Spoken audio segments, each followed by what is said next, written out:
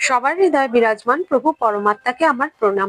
শ্রী রামচরিতমানসের পর্বে আমরা শুনছি যে সমস্ত জগৎ পরমাত্মার সৃষ্টি এবং সবার মধ্যেই স্বয়ং ঈশ্বর বিরাজমান হলেও ভেতরের পাত্রতার উপর সবকিছুই কেমন বদলে যায়। আর এটাও ততটাই সত্যি, ঈশ্বরীয় কৃপা না হলে ভেতরের প্রকৃতি কখনো বদলায় না। কেউ প্রেম ও সত্যের মার্গের দিকে অগ্রসরই হতে পারবে না যতক্ষণ না সদ্গুরুর কৃপা হবে। আর সদ্গুরু এসে আমাদের অন্তর্মুখী যাত্রার সেই দরজাটা খুলে দেন। তখন ভেতর থেকে আস্তে আস্তে সেই ভাবটাই নষ্ট হয়ে যায় যে কোনো রকমের অধর্মপূর্বক আচরণ আমরা করব। উদাহরণ মহর্ষি বাল্মীকি, অঙ্গুলিমাল, এদের কথা আমরা আগেও শুনেছি। আর আমাদের কোন কাজ করতে হবে আর কোন কাজটা কিন্তু করতে হবে না সেটা কিন্তু বেদ আর পুরাণ বলে দিচ্ছে। এটা কিন্তু তুলসীদাসজি আগের দিনই আমাদের বলে দিয়েছেন। এবার আমরা আজকে পরের স্তুতিটা আগে পড়বো। দুঃখ সুখ পাপ পুণ্য দিন রাতি, সাধু অসাধু সুজাতি কুজাতি, দানব দেব উচ্চ আরু নিচু, अमियो सुजीवनु माहुरु मिचु, माया ब्रह्म जीव जगदीसा, लच्छी अलच्छी रंक अवनीसा, काशी मग सुरसरी क्रमनासा, मरु मारव महिदेव गवासा, सरग नरक अनुराग विरागा, নিগমাগম গুণ দোষ বিভাগা। এক একটা জিনিসের ওপর তিনি প্রকাশ ফেলেছেন। বলছেন দুঃখ সুখ, পাপ পুণ্য, দিন রাতি মানে রাত, সাধু অসাধু, সুজাতি কুজাতি, দানব দেব, উচ্চ নিচ, অমিয় সুজীবাণু। অমিয় মানে হচ্ছে অমৃত, সুজীবাণু অমৃত কি করে আমাদের ভালো জীবন দেয়, সুজীবাণু মানে হচ্ছে এখানে ভালো জীবন দেয় অমৃত। মহুরু মানে হচ্ছে বিষ, মিচু মানে মৃত্যু, বিষ মৃত্যু দেয়। তাহলে এখানে কি কি এলো? অমৃত, বিষ আর জীবন মৃত্যুর কথা এলো। মায়া ব্রহ্ম, জীব জগদীশা, জীব মানে জীব জীবাত্মা, আর জগদীশা মানে হচ্ছে পরমাত্মা। লচ্ছি অলচ্ছি মানে সম্পত্তি দরিদ্রতা। রঙ্ক কথাটার মানে হচ্ছে ভিখারি, আর অবনীসা মানে হচ্ছে রাজা। তার মানে এখানে ভিখারি রাজা। তারপরে বলছেন কাশি মগ, কাশি মানে হচ্ছে কাশি আর মগ মানে হচ্ছে মগধ পুরী। তারপরে বলছেন সুরসারি, সুরসারি মানে আগের দিনও বলেছি মা গঙ্গা মানে দেবতাদের নদী।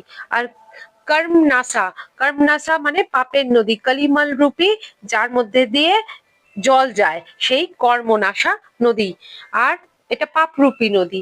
আর বলছেন মারওয়ার মালওয়া, মারওয়ার কথাটার অর্থ হচ্ছে মরুভূমি, আর মারব কথাটার অর্থ হচ্ছে মালওয়া মানে ফার্টাইল যে ভলক্যানো প্ল্যাটিউ গুলো আছে সেই কথা এখানে তিনি বলছেন, যেগুলো উজ্জয়ন ইন্দোর ওইদিকে আছে, আবার কিছুটা রাজস্থানেও আছে। মানে একদিকে মরুভূমির কথা বলছেন, আরেকদিকে উৎকৃষ্ট কৃষি জমির কথা এখানে তিনি মহিদেব কথাটার মানে হচ্ছে ব্রাহ্মণ, আর গাভাসা মানে হচ্ছে কসাই।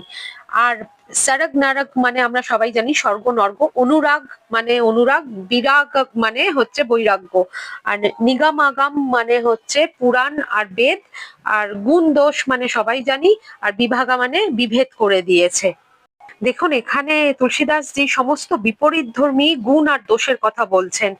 রাক্ষস দেবতা, উঁচু নিচু, তারপরে দানব দেব, মানে দেখুন পর পর সমস্ত এই ধরনের কথাই আমরা এখানে পেলাম। তুলসীদাস জি বলছেন ওপরে এতগুলো যে তিনি কথা বলেছেন সেই জিনিসগুলো সব একে একে বিপরীত ধর্মী, এবং এদের মধ্যে কি কি গুণ আছে আর কি কি অবগুণ বা দোষ আছে তা কিন্তু পুরাণ আর বেদ আলাদা আলাদা বিভাগ করে তাদের বিভেদের লিস্ট দিয়ে দিয়েছে আমাদের, মানে শাস্ত্র আমাদেরকে বলে দিয়েছে। যেমন সাধারণ লোক যেমন দেখুন প্রথম তো চুরি করা কাকে বলে জানতো না, হিংসা কাকে করা বলে জানতো না, কারোর জিনিসপত্র ছিনিয়ে নেওয়া কাকে বলে প্রথমে তো আমরা কেউই মনুষ্য যখন মানে আদিম যুগে আদি মনুষ্যরা যখন প্রস্তর যুগে থাকতো তখন তো তারা এইসব কিছুই জানতো না, শুধু ব্যবহার কি করতে জানতো নিজের শক্তি, নিজের শক্তির খেলার উপর নির্ভর করে অন্যের থেকে জিনিস ছিনিয়ে নেওয়া চুরি করা এইসবই তার জানতো।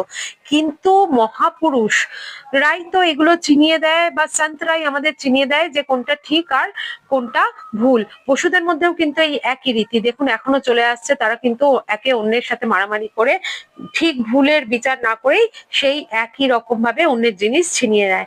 কিন্তু মনুষ্য কিভাবে জানলো যে অন্যের জিনিস যদি চুপচাপ নিয়ে নেওয়া হয় বা বলপূর্বক নিয়ে নেওয়া হয় তাকে চুরি বলে, আর সেটা কুকর্মের মধ্যে পড়ে?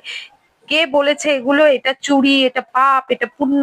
এটা শাস্ত্র বলেছে বা বেদ বলেছে। প্রথমে তো মানুষ জানতো না।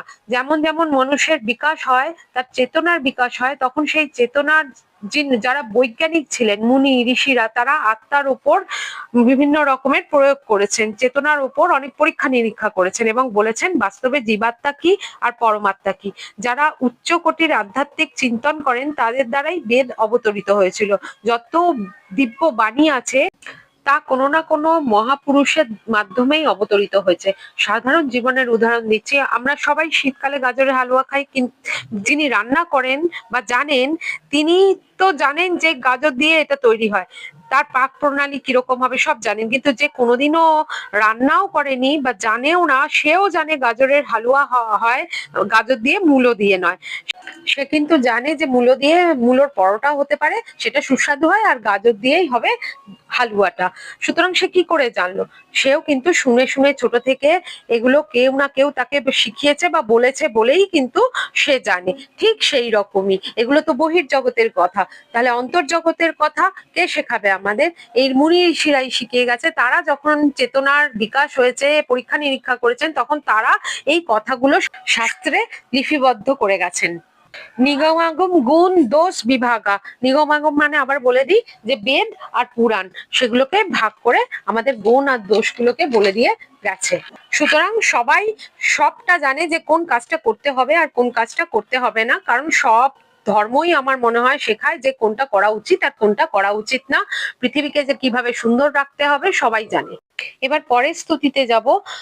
বলছেন জড় চেতন গুণ दोषमय विश्व किन्हीं करतार संत हंस गुण गहई पय परिहारी बारी বিকার। জড় চেতন মানে আমরা জানি, গুণ দোষময় সেটাও আমরা জানি, বিশ্ব মানে জানি, কিন্হি কর্তার মানে যে, কিন্হি মানে যে, আর কর্তার মানে ঈশ্বর। কর্তার কথাটার মানে আমি পরে ভালো করে বলছি। সন্ত হংস মানে হচ্ছে হংসরূপী সন্ত, গুণ গাহি মানে গুণরূপী দুধ গ্রহণ করেন, আর পরিহারি বাড়ি বিকার মানে, পরিহারি মানে ত্যাগ করা, আর বাড়ি বিকার মানে হচ্ছে জলরূপী যে বিকার আছে সেটা ত্যাগ করেন। সন্তের হংস কেন বলা হয়? কারণ বিবেক তাদের জেগে যায়, আর হংসরূপী বিবেক জেগে যায় বলে তারা শুধু ভালো ছাড়া আর কিছুই গ্রহণ করে না। তারা সমস্ত বিকার বা দোষরূপী যে জলের কথা এখানে তুলসীদাসজি বলছেন, সেইগুলো সমস্ত কিছু ত্যাগ করেন। তাই তারা শুধু ওই গুণরূপী দুধটাকেই নেবেন। এই জগতে সন্তরূপী হংসরা শুধুমাত্র ভালোই গ্রহণ করবেন এবং সারা পৃথিবীকে শুধু ভালোই দিয়ে যাবেন, এছাড়া তাদের কাছে আর কিছুই থাকবে না। সুতরাং সন্ত তুলসীদাসজির সাথে আমরাও যাত্রায় চলেছি, রামরূপী যাত্রায় আমরা যাচ্ছি। সুতরাং আশা করি আমাদেরও ভাবনা চিন্তা করে সেই বিবেকের মাধ্যমে জানতে হবে যে কি করা উচিত আর কি করা উচিত না। তাহলে আজকের মতো রাম রাম।